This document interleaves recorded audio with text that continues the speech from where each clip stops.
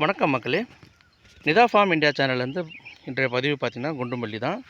ரேட்டெல்லாம் பயங்கரமாக போயிட்டுருக்குங்க. கிட்டத்தட்ட ஒரு 500 520 போயிட்டுருக்கு ரேட்டு.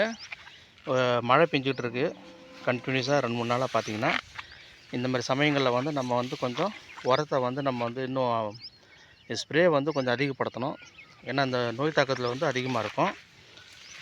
ஸ்ப்ரே வந்து நம்ம ஆஸ்யூஷுவல் சொன்ன மாதிரி தாங்க, பேந்தாலு, மார்க்கரு அதுமாரி போட்டு ரெனோஃபின் ஃபீடா இந்த மருந்தோடு சேர்த்து கொஞ்சம் சல்ஃபர் சேர்த்து அடித்தா நல்லாயிருக்கும். இந்த சமயத்தில் சல்ஃபர் போட்டால் நல்லா துளிர் எடுக்கும், புதுசாக அரும்பு நல்லா கட்டுங்க. அதுமாரி பண்ணோம்னா நல்ல ஒரு வளர்ச்சி இருக்கும் செடியில். பூக்கள் வந்து வரத்துக்கு கொஞ்சம் அதிகமாக நல்லா சிறப்பான ஒரு வளர்ச்சி இருக்கும் செடிகளில். உரம் வந்து பார்த்திங்கன்னா ஆல் 16 போடுங்க, இல்லைனா ஆல் 17 போடுங்க, 17க்கு 17 போடுங்க. இந்த மாதிரி உரங்கள் போட்டிங்கன்னா உங்களுக்கு வளர்ச்சி வந்து நல்லாயிருக்கும். அடி உரமாக நீங்கள் வந்து போடலாம், நல்லா சிறப்பாக இருக்கும் அதனோட வளர்ச்சி. ஏன்னா இது வந்து நம்ம இப்போ இதுவுமே வந்து பார்த்திங்கன்னா மருந்து தான் கொஞ்சம் அடிக்கடி நம்ம வந்து ஸ்ப்ரே பண்ணுற மாதிரி ஒரு சூழல் வரும். காரணம் மழை பெஞ்சிருக்கு இல்லைங்களா, இந்த மழையில் வந்து பார்த்திங்கன்னா நோய் தாக்குதல் கூடவே நமக்கு சேர்ந்து வரும்.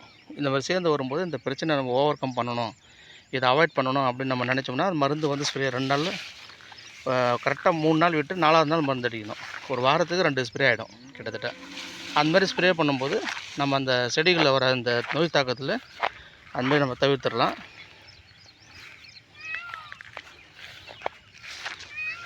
ஏன்னா இப்போ இந்த சமயத்தில் ஒரு 10 கிலோ பூ கிடச்சா கூட நமக்கு வந்து நல்ல லாபம் தான். கிட்டத்தட்ட ஒரு 500 2-3 நாளாக தொடர்ந்து மானிட்டர் பண்ணிகிட்ருக்கோம். அவங்க கடையில் இருக்கிறவங்க சொல்கிறாங்க 500 570 550 530 இந்த மாதிரி ரேட்டு போயிட்டுருக்குன்னு சொல்கிறாங்க.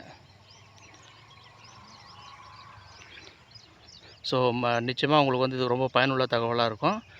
இந்த செடியெல்லாம் வந்து பார்த்தீங்கன்னா இப்போ வந்து மறுபடியும் ஆளுங்களை வச்சு களை எடுத்து இந்த செடிக்கு வந்து ஒரு கட்டு போடலான்ட்டு இருக்கோம். ஏன்னா செடிக்கு வந்து பார்த்திங்கன்னா கேப் இல்லாமல் போயிடுச்சு. ஒரு கட்டு போடலான்னு சொல்லிட்டு ஆளுங்களுக்கு வந்து கூப்பிட்ருக்கோம். இது வந்தோடனே அந்த ப்ராசஸ் வந்து இப்போ ஸ்டார்ட் ஆகிடுங்க.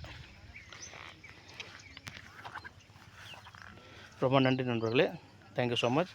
வீடியோ பிடிச்சிருந்தால் லைக் பண்ணுங்கள், சப்ஸ்கிரைப் பண்ணுங்கள், ஷேர் பண்ணுங்கள்.